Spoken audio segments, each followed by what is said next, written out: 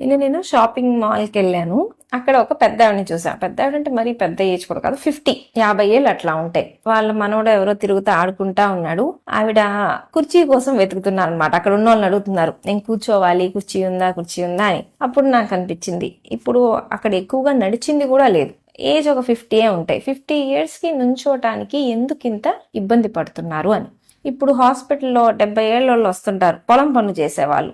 మేము ఇంకా పనులు చేస్తున్నాం అని చెప్తారు. ఇంకా అవసరమా అంటే, మాకు అసలు తోచదండి, పని చేస్తేనే బాగుంటుంది అని చక్కగా పనులు చేసుకున్నారు. సో ఆ 70 ఏళ్ళోళ్ళు కూడా ఈవిడ కన్నా చాలా ఫిట్ గా ఉన్నారు.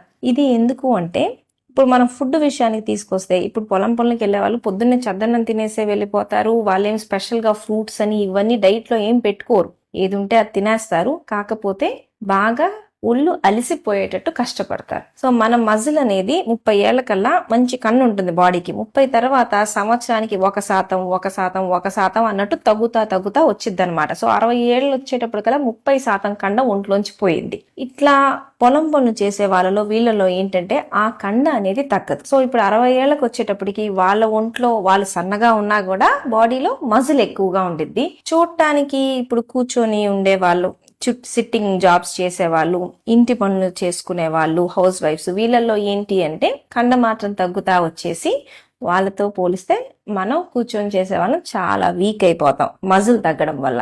ఇట్లా జరగకుండా ఉండాలి అంటే అందరూ నన్ను వచ్చి అడుగుతారు, ఏం తినాలి హెల్తీగా ఉండాలంటే ఏం తినాలి అని. అది నెక్స్ట్. ఫస్ట్ ఇంపార్టెంట్ ఏంటి అంటే ఎక్సర్సైజెస్.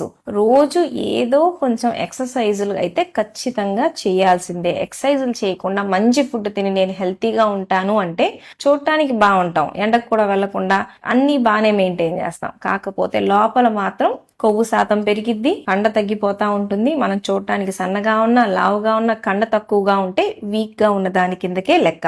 కాబట్టి 30 నుంచి ఖచ్చితంగా ఎక్సర్సైజ్ చేయాలి. కుర్చీ వెతుక్కునే పొజిషన్ కి మాత్రం రాకుండా ఉండేటట్టు జాగ్రత్తగా చూసుకోవాలి. సో ఫస్ట్ ఎక్సర్సైజెస్, సెకండ్ నిద్ర, తర్వాత ఫుడ్. ఎక్కువ శాతం ఎక్సర్సైజ్ మీద కాన్సన్ట్రేట్ చేయాలి.